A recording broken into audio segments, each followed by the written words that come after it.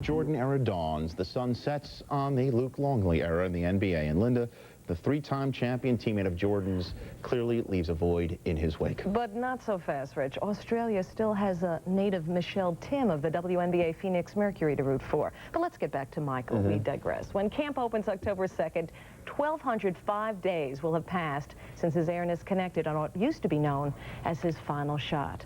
Let's look back, shall we? Game 6 of the NBA Finals of 1998, and it headlines our top plays. And there he is, as a Bull. Under 45 seconds left with the Bulls down 3, Jordan, the only way he knows, strong to the hole. Bulls down 1. 20 seconds later, Bulls down 1, Michael. Needing a big play makes it. The steal from Karl Malone to set up this. Bulls down 1. Michael against Russell, 12 seconds. 11, 10, Jordan a drive, hangs, fires, scores! He scores! The Bulls are the world champs again! Oh my word, who would have thunk it? SportsCenter's top plays are brought to you by Michelin, because so much is riding on your tires. Jordan, Yager, D.C., Magic, Gretzky, and L.A. will shake it up and pour out something you probably did not know.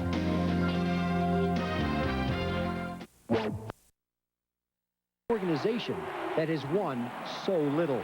Can Michael Jordan, who was last seen perched at the pinnacle of basketball immortality, tolerate mediocrity or worse? Can he handle the once unthinkable notion that he's no longer among the game's dominant few? To me, Michael Jordan will be one of the top 10 players in the league. I don't know where it started that Michael is going to retard our young players' growth. I think he's going to help our young players' growth. I can only see him on the floor every day, working in drills with our younger players and showing on a daily basis what it takes to be a champion. If Jordan had any weaknesses in his previous basketball life, they were deftly camouflaged by veteran talents like Pippen, Grant, and Rodman. But Jordan's frighteningly inexperienced supporting cast in Washington may not rise to his exacting standards. That's one of his challenges. He wants to be a teacher. He wants to teach these young guys. I mean, he had some of our players up there in Chicago this summer, working out with them and teaching them and talking to them. And we're going to have a great coach on the bench and a great coach on the floor. Poland, like all of us, wonders if Jordan can cope with a league whose best and brightest move at the speed of light. I said, Michael, are you a little fearful maybe some of these young guys, the Iversons and Kobe Bryants, maybe run around you a little bit? He said, Mr. P, don't worry. I said, why? He said, I'll outsmart them. Jordan will undoubtedly light a motivational fire beneath the chronically woeful Wizards, whether they want it or not. But at his age, he will require some inspiration of his own. He looked at me and he goes, you know, I expect you to motivate me to get to run that extra line and do those extra things. He said, I'm 38 years old now, and maybe things that would have come easier for me before, I'm going to need you to push me a little bit. But Collins won't be pushing too hard when training camp begins next week. While the Wizards will endure 2-a-days, Jordan will have 1-a-days. But no matter how often he practices, Jordan's impact is already being felt.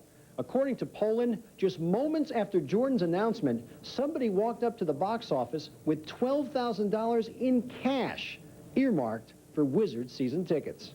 In Washington, I'm Mark Schwartz, ESPN. The elder Jordan always said he believed Michael had a competition problem. It was a problem that couldn't be fixed during MJ's 3 years away from being the player on the highest court. But now that he's back, will the Jordan rules still apply? Dan Patrick has more.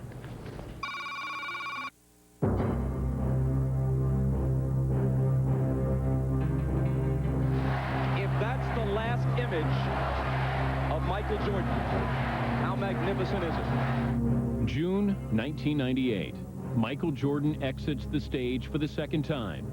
Behind him, he leaves a league and a game that he dominated.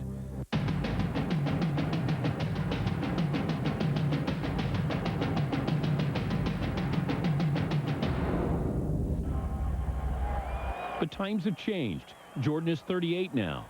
The game is younger. higher and quicker.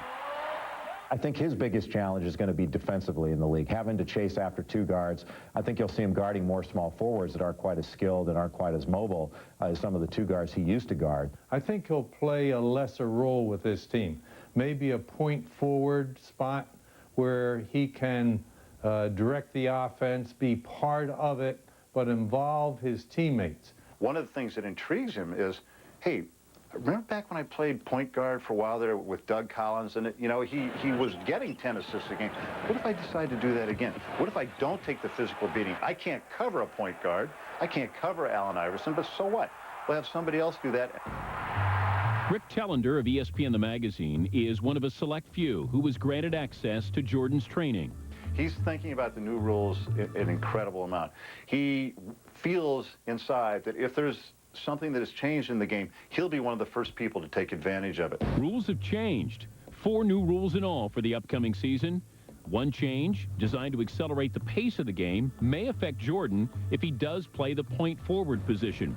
He will now have 8 seconds, not 10 seconds, as he had previously, to advance the ball past midcourt. But I think you're going to see Jordan operate more as a small forward, one, to keep him fresher throughout the game, so that he's not wasting energy having to bring the ball up court against full court defenses and three-quarter court defenses that are designed to slow it down. I will be not the guy that dribbles the ball up the floor, but I'll be the guy that starts the offense. Somebody wants to back off me, I'll shoot my jump shot. And his jump shot is flawless. That fall away can't be stopped. The question is, if it keeps going in, then somebody's got to defend him, and that opens up everything for him. One of the things that I think Jordan will be especially proficient at is getting to the free throw line. You know that he is going to get the respect of the officials, and he's going to get calls when there's contact. And he has such good body control and such good body balance that he's going to be able to draw fouls and really make a great living just from the free throw line alone. An 8-time member of the NBA All-Defensive Team, Jordan will now be allowed to hand check because of the rule change which permits brief contact by a defensive player if he does not impede the progress of a player with the ball.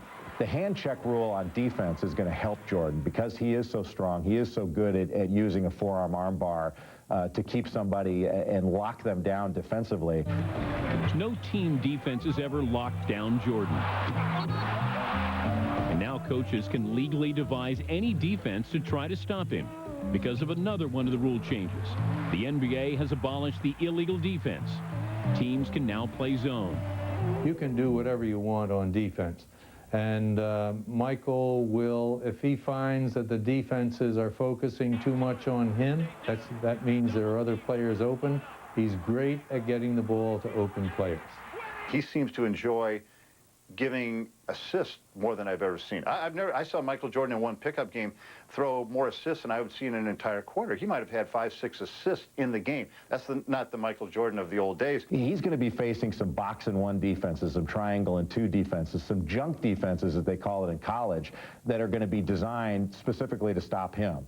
Whereas with the old rules, they could double team him when he had the ball. Now he can be double teamed without the ball as long as it's not in the lane. And that's going to be a challenge not only for Jordan, but also for his teammates. For his teammates are going to have to get open, and when he gets them the ball, they're going to have to stick shots in order to make that defense pay for paying so much attention to Jordan. With this new defense and the kind of collapsing zone or whatever they're going to allow, perhaps a guy like him, a mid-range player who isn't going to slash to the basket because the center is sitting right there, maybe he can already perceive an opening, a niche for a new kind of player. He's going to be a marvel at his age and going to be an extraordinary player. He will be an all-star. He will average 25 points per game or more, but he will be doing it differently than he did in all the highlights that we see so often of him now.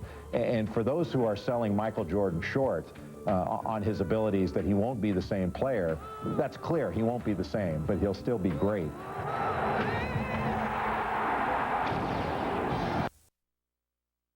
To get it, the NBA.com store already is taking orders for the number 23 jersey.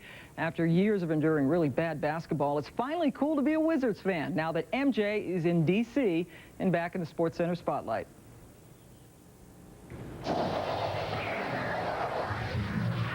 When I step on the basketball court, I'm going to consider myself as trying to be the best basketball player I can be.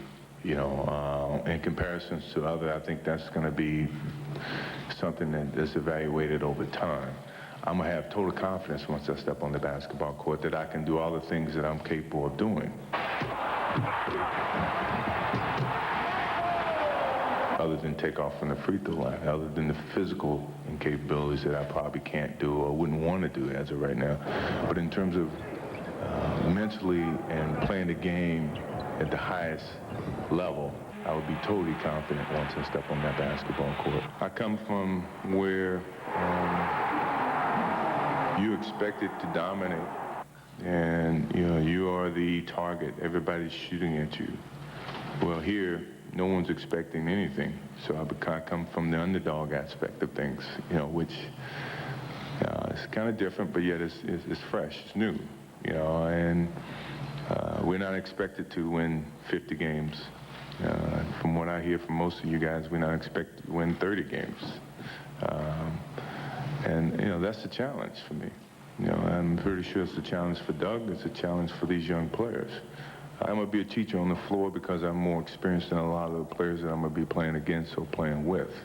I'm not here to try to redefine the game of basketball. But it's certain ways of progression and understanding and making yourself better.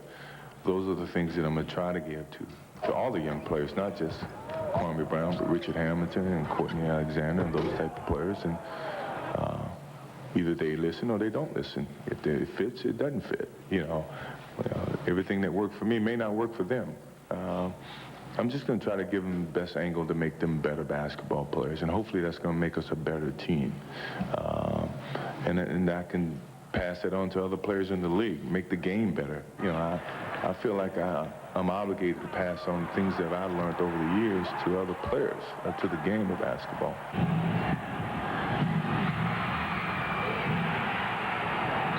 When I left the game, I left something on the floor. You know, you guys maybe not understand that, but and you may not remember. I think even when I retired the last time, I didn't say I was ready to quit the game. I didn't want to go through the whole rebuilding process at that time. You know, I think everybody asked me, well, if Phil would have stayed there and the team would have stayed intact, I would have still been playing. I constantly said that. You know, but I do have, and my family understands, and I've had great conversations with my family, that it's an itch that still needs to be scratched here. And I want to make sure this scratch doesn't bother me for the rest of my life.